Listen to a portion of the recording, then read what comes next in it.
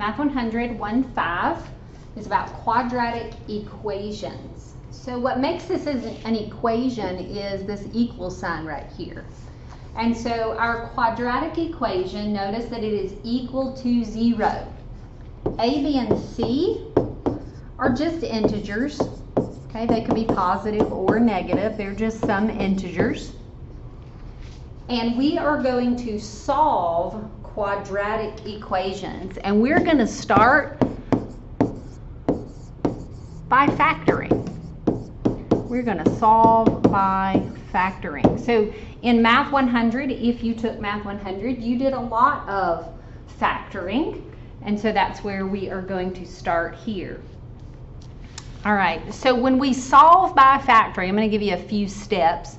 The first thing that we're going to make sure we do is move all the terms to one side. So in other words, make sure that your quadratic equation is equal to 0. All right, so make sure that it's equal to 0. That's going to be our first step. Our second step for solving by factoring is look for the greatest common factor. If there is one, that's where we'll start.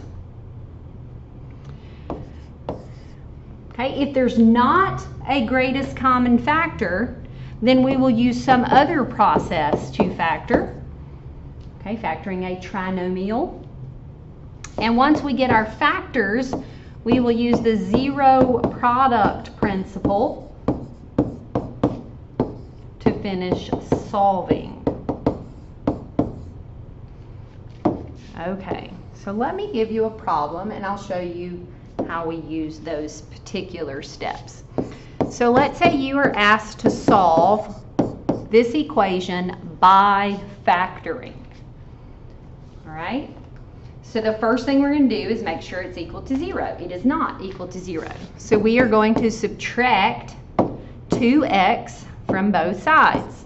So 4x squared minus 2x gives me 0. So now it is equal to 0. All right. Step number 2 says look for a greatest common factor. Well, in this case, there is one. It is 2x. So I'm going to factor out the greatest common factor. I would be left with 2x minus 1. All right, so I've done step 1, step 2, step 3. Step number 4, the zero product principle. Once you get your factors, you set each factor equal to 0. And then you solve both of those. So we get x is 0. And we get x is 1/2. So pay attention to how My Math Lab wants you to type in your answers. If it asks for a solution set, then you will put it in set notation. Usually they will start the set notation for you, and you will just put the integers in there separated by a comma. You will not put x equals 0 and x equals 1/2 if it asks for set notation. Okay, so be careful. Let's try another one that does not have a greatest common factor. Now we're still going to solve by factoring. So this is going to be a little review of our factoring. First thing we want to do is make sure it equals 0. Well, this one starts equaling 0, so we're good. There is no greatest common factor. All right, so the next thing we do is we realize that it is a trinomial. So we're looking for two things that multiply to be -10, which is our A value times our C value. Those same two numbers have to multiply to be our B value, in this case is -3. Now, if I did not teach you Math 100 and you have never seen factoring written like this, that's okay. You can factor your trinomial the way that you know how. Make sure you show your work, right?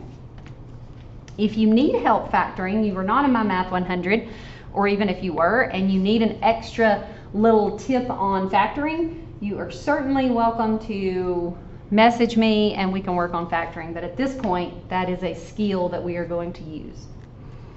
All right, so the two numbers that are going to work here are -5 and +2. Now, from here, you can either do grouping or faux fractions. I'm going to do grouping. It's the one that most people use. So we take x squared, we bring it down. Now we write down those two numbers that we found with x, okay? Because if you'll pay attention to that, -5x plus 2x equals 3x. And then we bring down that 10 equals -3x. All right, and so now we can factor by grouping. This group has an x in common. This group has a 2 in common. And now my groups both have an x minus 5. So when I factor that out, I multiply by what is left, which is x plus 2. So we've done our factoring. Please do not skip factoring. Okay, I know that some of you are like, boom, I'm going to go ahead and write the answer. Showing your work is important to me, so please do so. Now we take each factor and set it equal to 0 and solve. So I end up with x equals 5, and I end up with x equals -2. So if my math lab asked for your solution as a set, then this would be our set. You do not write x in set notation. Now my other way of factoring was faux fractions. For any of you that were in my class and you prefer that, you certainly may do so. All right, let's try again. We are still solving by factoring. All right. So the first thing we need to do is set it equal to 0. All right. So it is not equal to 0. We need to move that forward. All right. There is no greatest common factor, so we're looking for two things that multiply to be -8, two other things that add up to be 7. All right, remember this is A times C and this is B. All right, so those two numbers are 8 and -1. I am going to do faux fractions this time because I prefer it. If you want to do grouping, that's fine. We take our A value plus A value times the x over one of the numbers I found, the A value and x over the other number I found. This one can be simplified. So this is 1x over 4. So my factors are x plus 4 and 2x minus 1. Each factor gets set equal to 0, and then we solve. So x is -4, move this 1, divide by this 2. So my solution set is -4 and 1/2. All right.